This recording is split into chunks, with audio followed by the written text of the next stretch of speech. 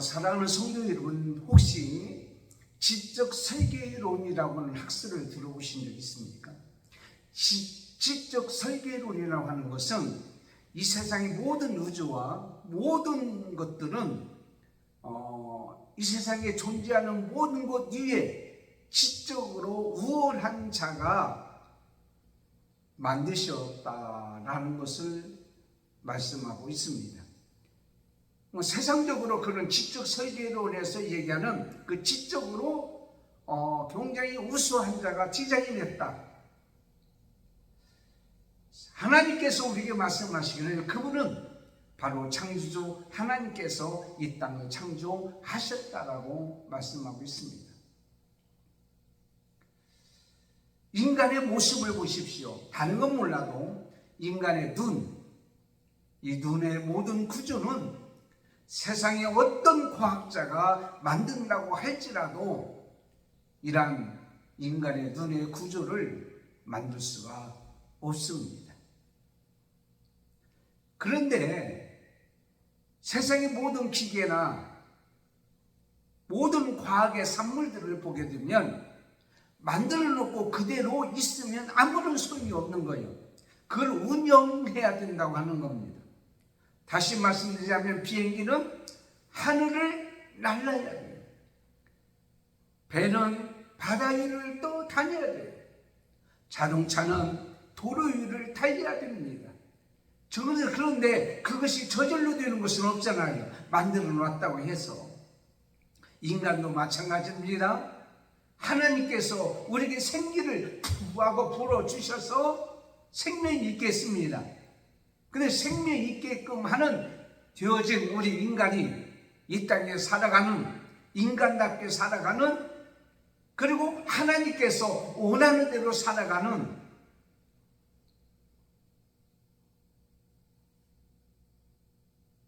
운영하는 그러한 힘이 있습니다.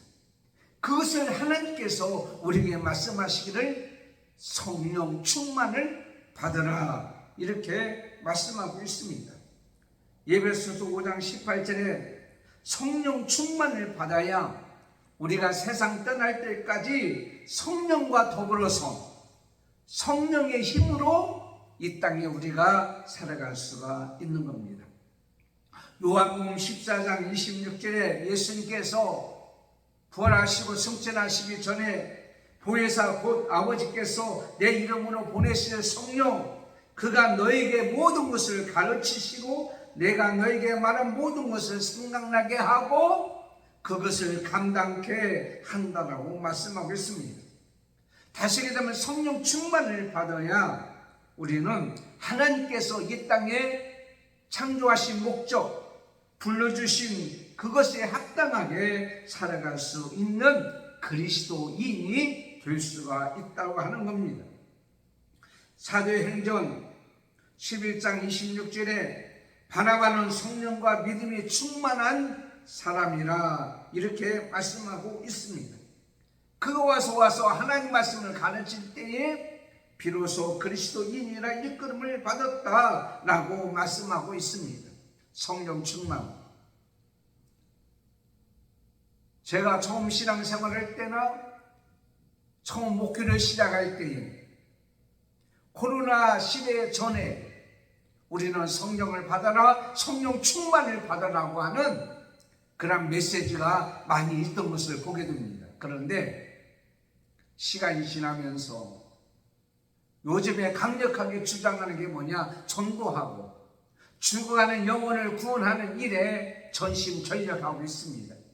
그래서 복음을 전하고 그들에게 예수 그리스도가 우리를 위하여 십자가에 들어가시고 그분을 믿어야 우리는 구원을 받을 수 있다라고 전하고 있습니다. 사실 저도 광야교회나 전도하면서 거의 중점적으로 얘기하고 있습니다. 그런데 요즘에 하나님의 말씀을 다시 묵상하는 가운데 놓친 부분이 있습니다. 그것이 바로 뭐냐면 성령입니다. 성령 충만을 받는 겁니다. 옛날에는 방언 기도를 참 많이 했어요.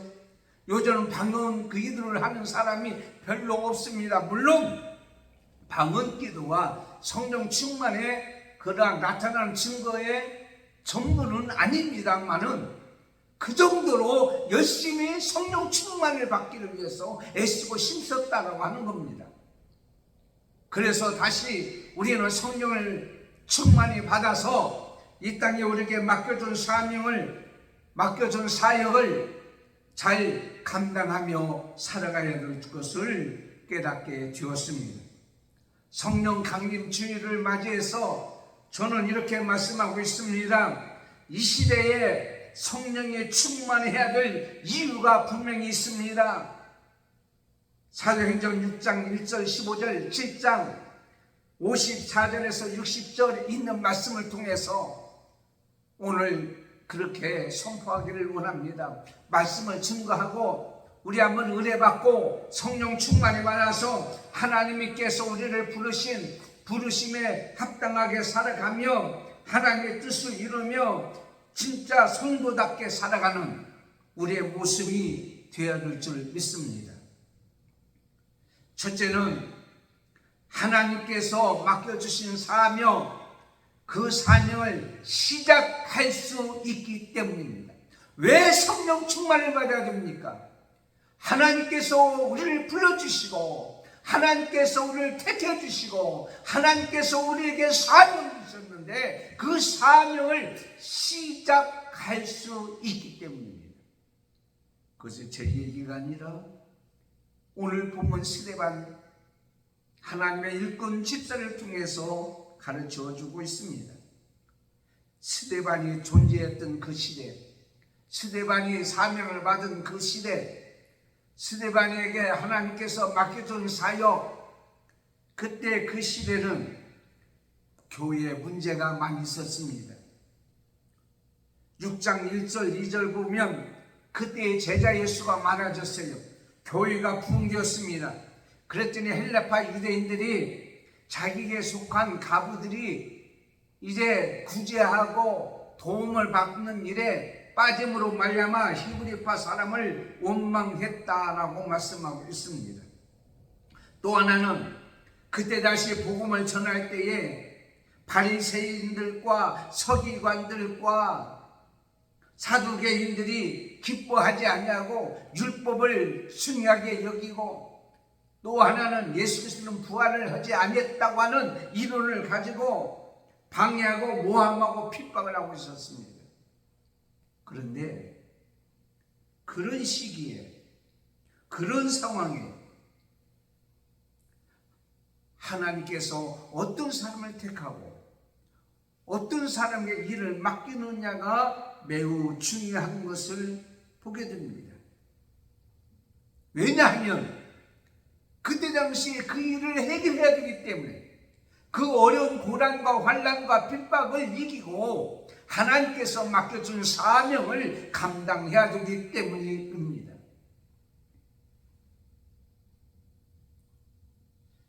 사도행전 1장 8절에 오직 성령이 너에게 임하시면 너희가 권능을 받고 예루살렘과 온 유다와 사마리아와 땅끝까지 이르러 내 증인이 되리라 하십니다. 성령을 받아야 되고 성령 충만을 받아야 됩니다. 어려운 문제가 있는 것뿐만 아니라 일을 시작할 수가 있기 때문입니다. 고든 맥도날드라고 하는 미국의 유명한 신학자이며 목회자인 그분은 이렇게 얘기합니다. 인간의 삶을 두 가지로 요약하게 되는데 하나는 쫓기는 삶이고 다른 하나는 부름을 받은 삶이라고 합니다. 쫓기는 삶은 바로 뭐냐면 어떤 환경을 지배하기보다도 그 환경의 지배를 받고 사는 사람이 그러므로 늘 그러뇨 분주합니다. 한이 없습니다. 만족이 없습니다. 늘 불만족 속에 살아가는 것을 보게 됩니다. 옛날에 어떤 분이 세상을 떠나서 하늘나라를 갔대요. 이제 하나님께서 너 뭐하러 왔냐? 그랬더니 저는요 화장실만 넓혔습니다. 그래요. 옛날 시골에서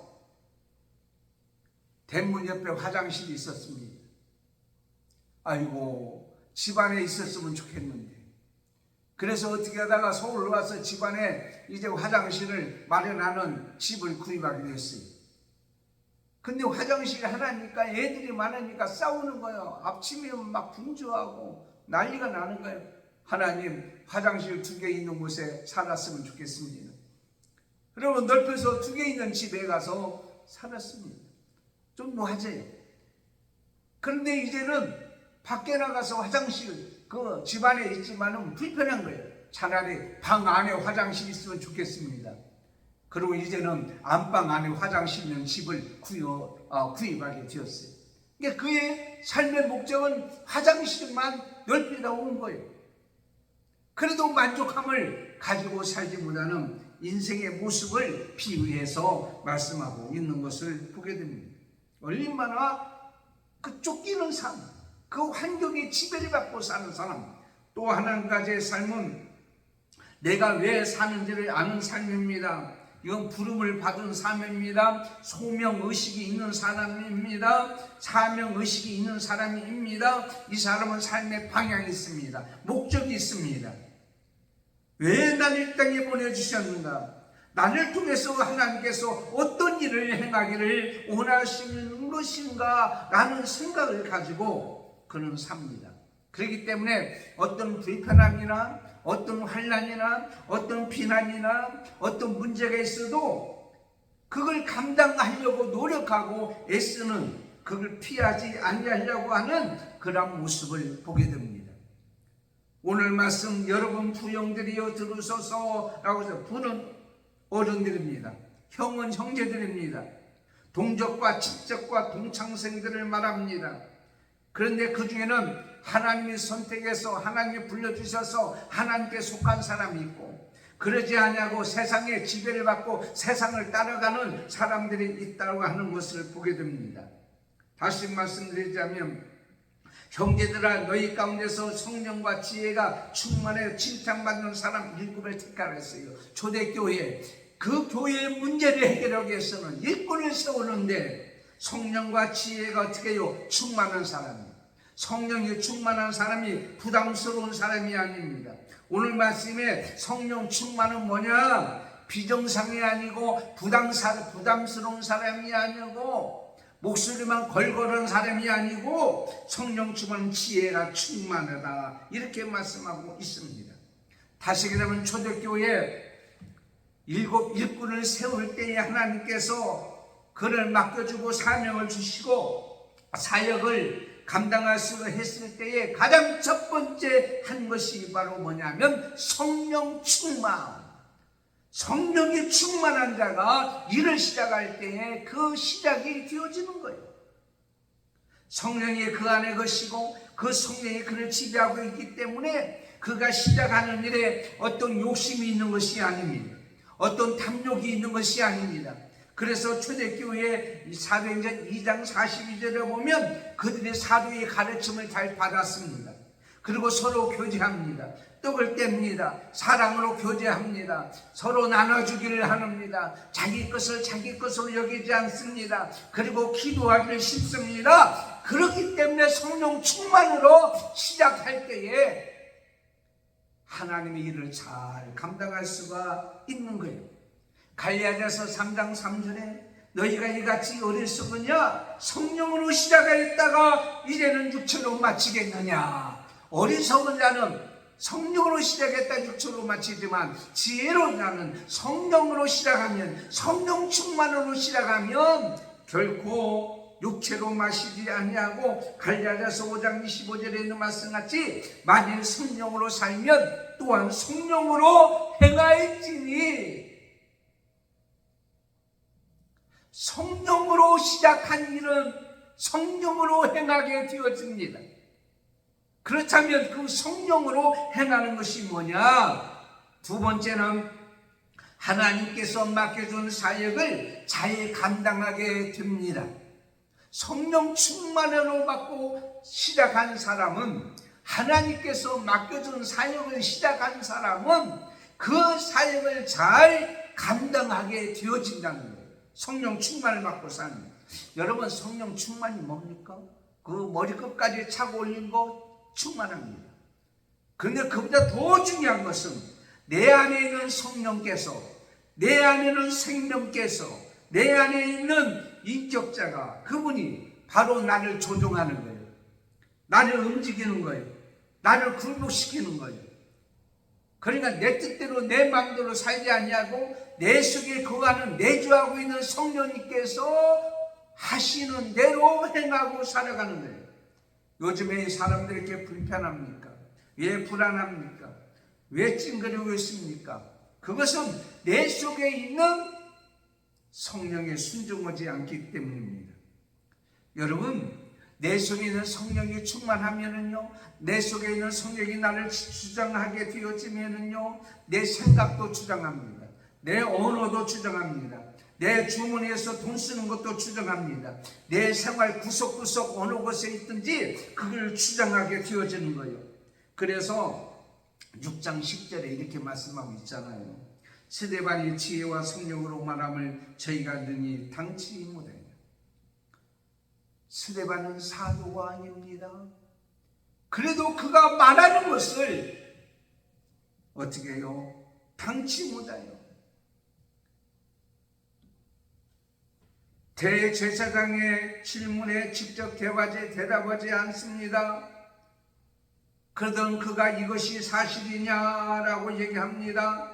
근데 그는 얘기합니다. 뭐라고 얘기합니까? 아브라함부터 시작해서 이삭, 야곱, 12지파, 요셉, 모세, 광야에서 생활하고, 그리고 가나안 땅에 있고요, 솔로몬의 성전 건축을 하게 되고요, 또한 이러한 장구한 역사 속에서 하나님이 운행하시고 사람은 바뀌지만 하나님의 일은 계속 이어지고, 예수님이 이 땅에 오셨으나 예수님이 오신다고 증거한 사람들도 많은 사람이 죽이고, 예수님이 이 땅에 오셨으나 알지 못하고 오히려 십자가에 못 박혀 죽였던 유대인들, 그런 사람들에게 스데반은 말씀을 증거합니다. 하나님 말씀을 증거합니다. 의식적인 율법의 행위를 버려라. 하나님의 약속은 분명히 이루어진다. 진정한 성전은 성령이 거하는 우리 몸이다. 고린도전서 3장 10절에 너희가 하나님의 성전인 것과 하나님의 성령이 되어야 너희 안에 계시는 것을 알지 못하느니라. 그리고 하나님의 영원한 성전은 이곳이 아닙니다. 요한계시록 21장 22절에 성 안에 내가 성전을 보지 못하였으니 이는 주 하나님 곧 전능하신 이와 및 어린 양이 그 성전이다. 하늘나라 가면 성전이 없다는 거예요. 그럼 어떻게? 어린 양 예수 그리스도 바로 그분이 성전이기 때문에. 그러므로 선지자를 박해하고 죽인 것처럼 유대인들이 성령을 거슬리고 구주이신 예수 그리스도를 죽인 죄악을 그들에게 증거한 거예요. 너희들이 예수 그리스도를 죽였도다.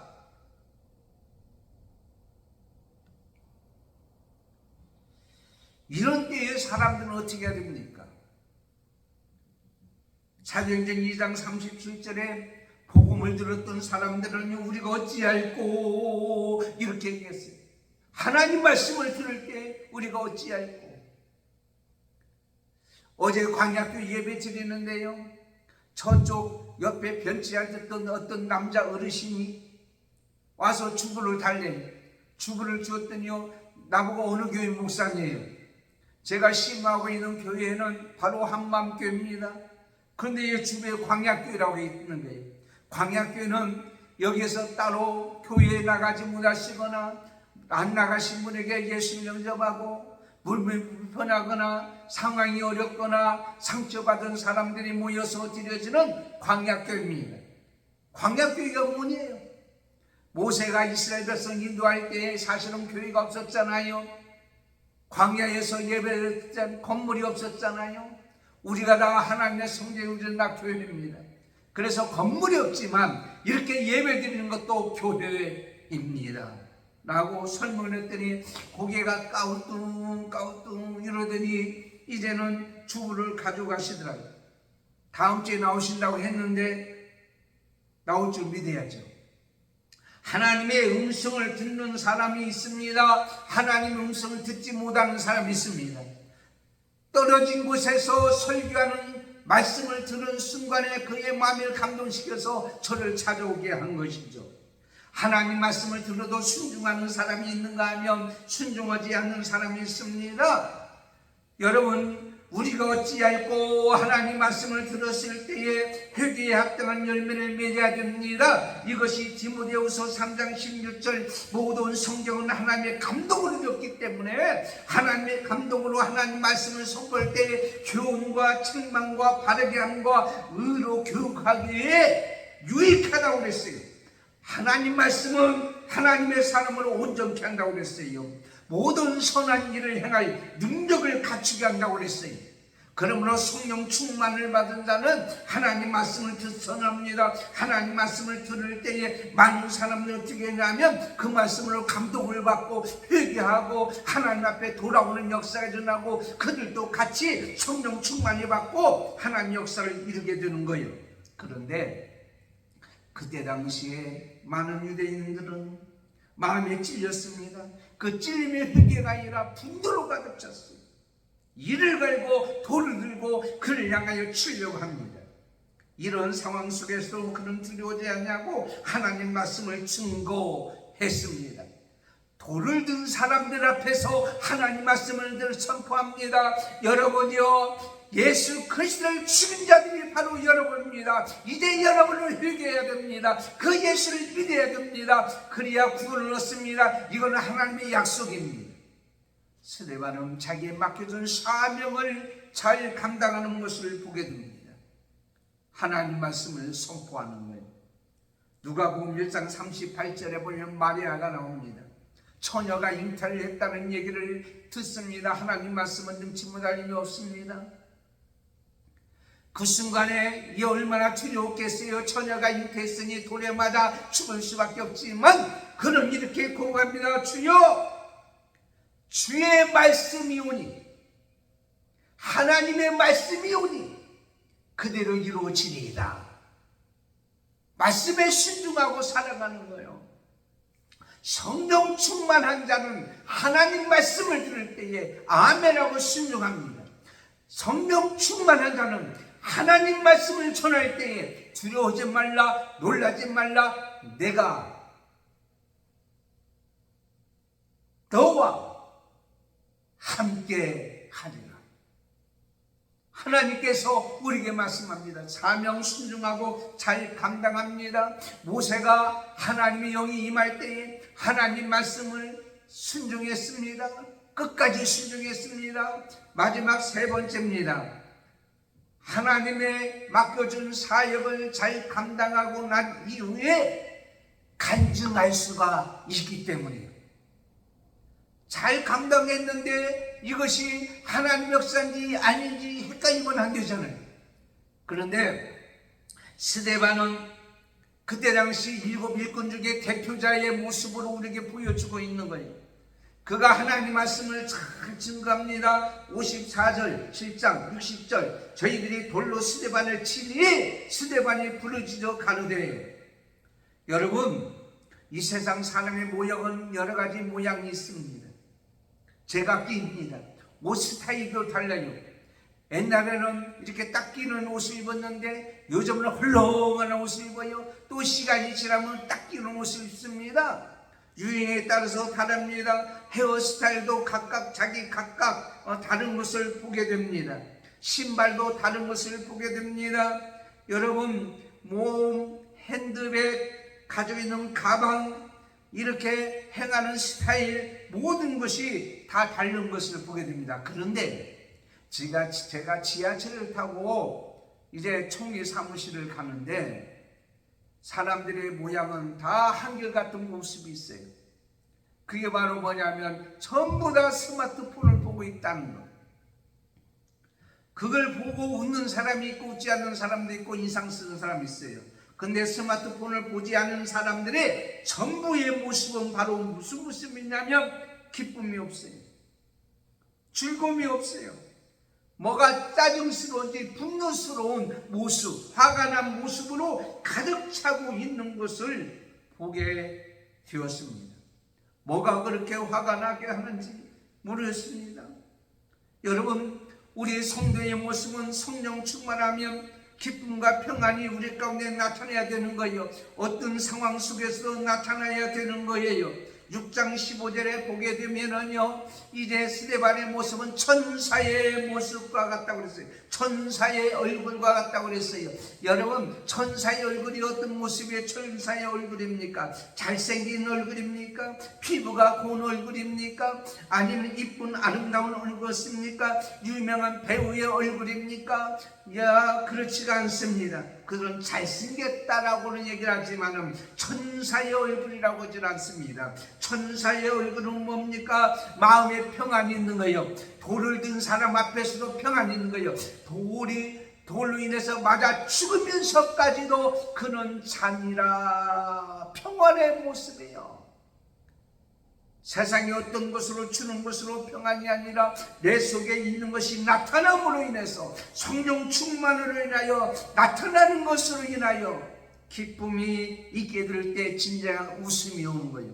진정한 행복이 오는 거예요.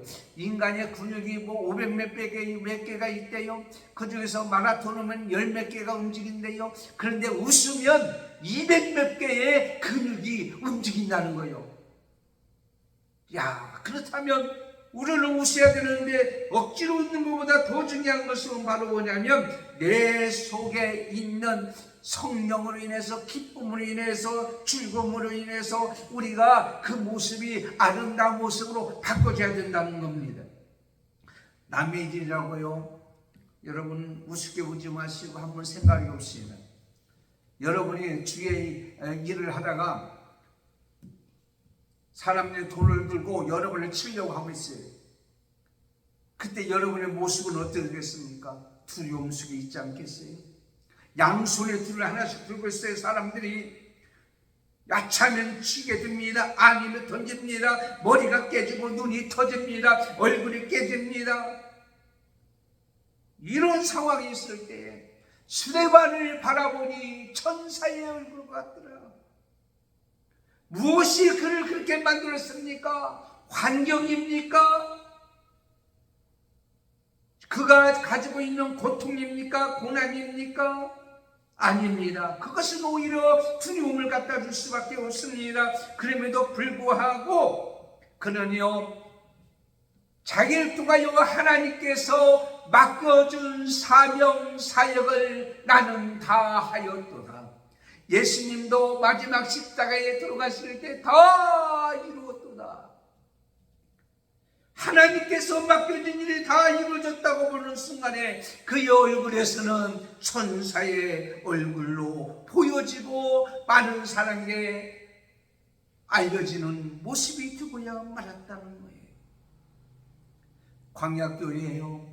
처음에 어르신들은요, 다 인상 쓰고 앉았어요. 물어봅니다. 어르신, 무슨 생각하고 계십니까? 내가 언제 죽을까 생각하고, 내가 빨리 죽어야지 생각하고, 이제 갈 날만 생각했는 거예요. 내가 무슨 소망이 있느냐?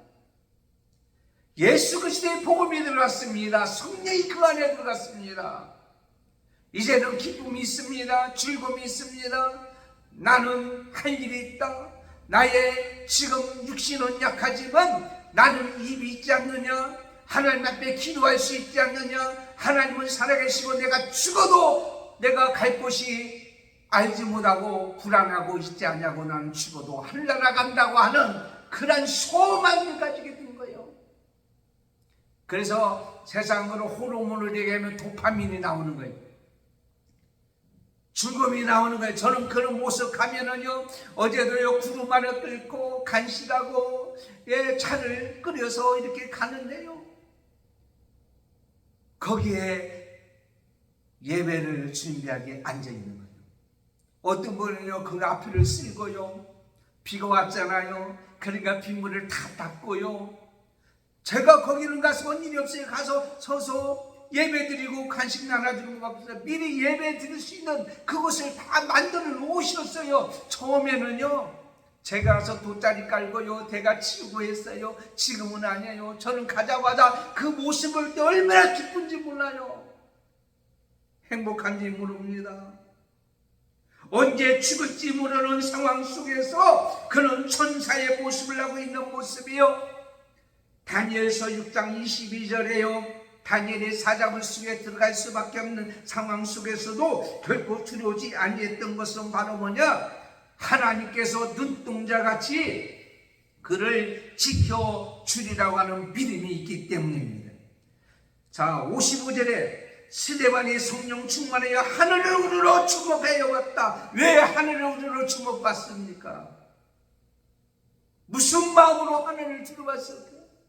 나를 이곳에서 건져주실 것이다. 그런 마음도 있을 것이에요. 하나님만 의지할 수밖에 없기 때문에 하나님, 나를 끝까지 이 사명을 감당하게 해주세요. 비겁하게 포기하지 않게 해주세요. 끝까지 하나님만 붙잡고 하나님만 바라봤어요. 왜냐하면 스데반을 도와줄 자는 하나님밖에 없기 때문이에요. 그의 편은 하나도 없었습니다. 그를 변호해 줄 자도 하나도 없었습니다. 그 상황을 수습할 자도 하나도 없었습니다.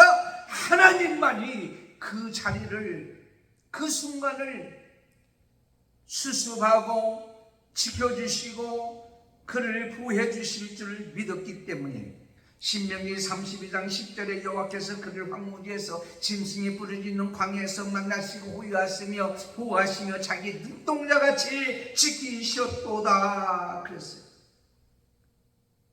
그리고 왜 하늘을 우러봤냐면 이 세상에 하나님 나라, 하나님이 통치하는 나라, 지금 나를 통치하고 있는 성령님께서, 그리고 하늘나라는 영원히 하나님과 함께하고 있는 그 나라를 바라본 거예요. 나는 하늘나라를 바라본다. 증거하고 있잖아요. 간증하고 있잖아요. 하나님이 계시는 나라, 그리고 그것은 용서하는 나라. 예수님께서 저들이 하는 것을 저들이 하지 못합니다고 용서해 주셨습니다. 스데반도 마찬가지입니다. 저들이 하는 것이 저들을 알지 못합니다. 저들을 용서해 주시옵소서. 용서하는 나라, 용서하는 마음, 용서하는 간증. 고려된 여사를 아시지 않습니까? 유대인이었잖아요. 나치 수용소에서 자기 언니가 자기가 보는 앞에서 총살당했습니다. 나중에 예수 그리스도의 복음을 전할 때에 전하고 있는데 바로 앞에 누가 있었냐면 자기 언니를 총살시킨 그 사람이 있는 거예요. 나중에 끝나고 악수하는데 나는 저 사람 용서할 수 없습니다. 근데 성령이 말씀하고 있는 거예요. 용서해라, 용서해라. 그는 그 손을 잡고 끼안을 때에 진정한 평안을 맛보게 되었습니다. 살롬의 역사를 맛보게 되었습니다. 사랑하는 성도 여러분, 용서하는 것이 살롬의 역사가, 평안의 역사가 일어나는 거예요. 그게 간직거리가 되어지는 거예요. 여러분 그렇지 않아요? 정말 성령 충만한 사람이 마지막 사역을 감당한 간증이 뭐냐? 용서하는 거예요. 용서. 예수님 같습니다. 이 시간 용서하지 못하는 사람이 있어요. 용서하십시다. 보라! 보라! 예수님이 하나님 우편에 서 계신 것을 보라. 간증하는 거 여러분, 하나님을 보십시오. 예수님을 보십시오. 부활하신 예수님을 보았다고 하는 거예요. 십자가에 죽은 것으로 끝나는 것이 아니라 심판주로 앉아 계신 것만 아니라 일어서서 자기를 변호해 주시고 이끌어 주실 그분을 보았다라고 하는 거예요. 그럴 때 그런 죽는 순간까지 충성하게 되어진 거예요. 요한계시록 2장 10절에 내가 죽도록 충성하라. 그리하면 내가 생명의 멸관을 내게 주리라. 여러분, 성령 충만한 자는요, 마지막까지 충성한 것을 증거하는 거예요. 간증할 수 있는 자가 바로 마치는 순간까지입니다. 그러므로 성령 충만은 시작을 하지만, 성령 충만으로 진행도 하지만, 성령 충만으로 어떻게든 마지막 결론을 맺게 되어진다고 하는 것을 우리는 보게 됩니다. 여러분, 어린아이가, 여러분의 손주들이, 여러분의 자녀들이 물가에 빠져 가고 있는데 그냥 먼 사람만 바라보거나 잘 가라 잘 가라 잘 가라 잘 놀라 이렇게 하는 사람 없잖아요. 그 자리에서 번떡 일어나가지고 뛰어가서 아이를 붙잡는 거예요. 우리 예수님은 우리가 환난당하고 핍박당하고 고난당하는 것을 보고 계십니다. 그리고 그 우리를 맞이하기로 이렇게 기다리고 계시는 거예요. 그곳에 내 영혼을 맡길 수 있다는 것이 얼마나 행복한지 모릅니다. 이 세상을 넉넉히 이길 수 있는 힘은 성령 충만입니다. 이 말씀하고 마치겠습니다. 미국 샌프란시스코에 있는 스탠포드 대학입니다. 이 대학은 참 훌륭한 대학입니다. 스탠포드 대학은요, 닐랜드 스탠포드라는 사람이 세웠습니다. 그에게는 어린아이가 하나 있었습니다. 그 아이가 이제는 세상에 떠났습니다. 9살 나이로. 그때 그는요, 성령 충만이 받아 캘리포니아로 돌아와서 내가 정말 꿈과 소망했던 우리 아들이 세상을 떠났는데 이것으로 끝나는 것이 아니라 나는 이 세상에 있는 이 캘리포니아에 있는 모든 아이를 내 자녀로 생각하고 이 아이를 후학을 이제 공부시키는데 도와주겠다고 해서 스탠포드 대학을 세우게 되었어요. 아재를 잃고 시리에 빠졌던 그가 고난 가운데 있을 때 그 모든 것을 이길 수 있는 힘은 내가 성령 충만을 받았을 때라고 고백하고 그 대학을 세웠다는 거예요. 세상을 이기는 힘은 뭐냐? 성령 충만. 그때 능력이 나타나고 행하게 되고 나중에 아름다운 열매, 성령의 열매를 맺게 되는 것을 간증하게 되어지는 거예요. 이제부터 우리는 성령 충만 받기를 위해서 기도하고 찬양하고 전도하고 봉사하고 섬기는 이 모습이 되어지기를 예수님의 이름으로 축원합니다. 하나님 감사합니다. 오늘 말씀같이 이 시대에 과거에 역사했던 성령 충만의 역사가 다시 충만히 나타나게 하여 주옵소서. 다시 일을 시작할 때 성령 충만으로 시작하고 일을 진행할 때도 성령 충만으로 진행하고 일을 마치고 간증할 때도 성령 충만의 간증의 역사가 있게 해 주옵소서. 이 시간에 병든 자나 문제 있는 자나 사건 사고가 있는 자나 고통을 당하는 자나 어려움을 당한 자 성령 충만하여 이기고 해결되고 치료받고 낫는 역사가 있게 해 주옵소서. 예수님의 이름으로 기도드리옵나이다. 아멘. 강구드리겠습니다. 성령 강림 주일, 물론 지난주에 지키는 교회도 있지만 저희 교회는 오늘 성령 강림 주일을 지켰고요. 저는 은혜로 기도회 25일날 6.25 살인날 날 저녁 집회를 인도합니다. 위에서 기도해 주시고 광약교회와 한맘교회 위해서 계속 우리는 기도하시고 나라 민족을 위해서 특별히 7월 6일에 있는 맥주감사절 감사하며 준비하는 저와 여러분이 되시기를 바랍니다. 성령 충만 기도하겠습니다. 지금은 우리 주 예수 그리스도의 은혜와 하나님 아버지의 사랑하심과 성령님의 감동, 감화, 교통, 인도 충만하심이 오늘 말씀같이 스데반이 성령 충만으로 일을 시작했고 성령 충만으로 사역을 잘 감당했고 성령 충만으로 사역 감당을 간증하여 하나님 앞에 영광 돌린 역사가 우리 가운데 있기를 원하는 저희들과 광약교회와 한밤교회와 그리고 믿음의 건석들과 자녀들과 사손들과 이 방송을 듣는 모든 성도들과 오늘 또 예배하는 모든 잔머리 위에 지금은 또 영원토록 함께 있을지어다. 아멘.